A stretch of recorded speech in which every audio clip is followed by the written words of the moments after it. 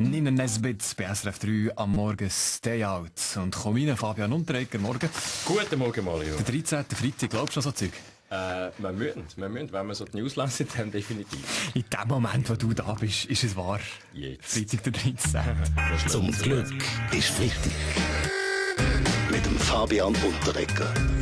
Gehen wir die Woche noch mal ein bisschen durch. Am Donnerstag vor einer Woche ist der Nelson Mandela gestorben. Diese Woche war trauerfrei und fast alle Grossen von dieser Welt sind auf Südafrika gereist. Es ist halt so, kaum ein Mensch ist so bekannt und beliebt gewesen wie der Nelson Mandela, der Freiheitskämpfer mit den vielen Freunden. Gibt es jetzt darum eine Weltwoche-Sonderausgabe noch, Roger Köppel? Ich sage nur, entweder hast du Freunde oder Leser. Gewisse haben beides nicht. Um was geht's? Alle reden davon, dass der Mandela so viele Freunde hat. Recherchen von der Weltwoche haben gegeben, in Zeiten von der Generation Facebook sind viele Freunde keine historische Leistung. Der Justin Bieber auf jeden Fall hat sicher mehr als der Mandela.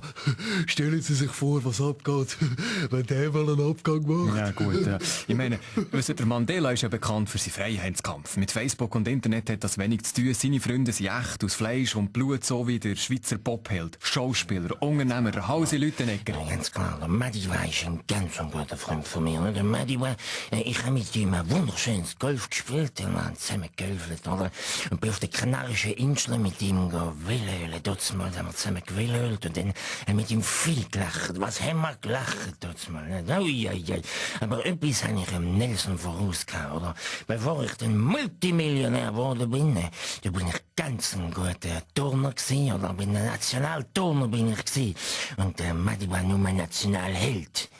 Aber nicht gut angekommen nach dem Tod von Mandela sind übrigens Äußerungen von Christoph Blocher im Blocher TV. Das ist da die Internetsendung von ihm. Er hat dort gesagt, die Weißen haben das Rassenproblem in Südafrika gelöst. Das hat dann für böse Kommentare gesorgt. Muss ich Ihnen sagen, Herr Poljaudi, 27 Jahre Gefängnis, Friedensnobelbriefträger, Symbolfigur für die Gleichstellung von Schwarzen und Weißen, völlig überbewertet.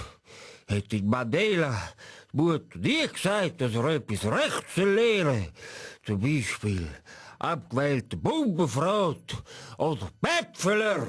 Anderes Thema noch. Die Woche laut dem Time Magazine ist der Papst Person vom Jahr, Person of the Year, bekannter noch als der Roger Federer. Na gut, das wäre witzig, oder? Ha, Person of the Year für einen erwachsenen Mann, der Frauenkleider trägt und ständig mit der imaginären Person redet, oder? Ich meine, ist das vielleicht sogar die Person, die von der Mirka Wendt in einem Spiel ständig SMS bekommt? Aber überraschend ist die Wahl nicht gewesen, oder? Ex-Mr. Renzo Blumenthal. Papst Franziskus, Pontifex, Jorge Mario Bergoglio, ich kapier's nicht, welcher von denen hätte er jetzt gewonnen? Ich kann der Helfer Renzo bei solchen Fragen, da empfehle ich immer das People-Magazin Glanz und Gloria. Hinech drum mit dem Papst-Special und mit der Anina Frey. Der Papst ist Person of the Year, so cool. Und das Team von Glanz und Gloria hat hinter Kulissen vom Vatikan geschaut und berichtet für sie über folgende Themen. Schlepper oder Tanga? Was trägt der Papst unter dem weißen Umhang?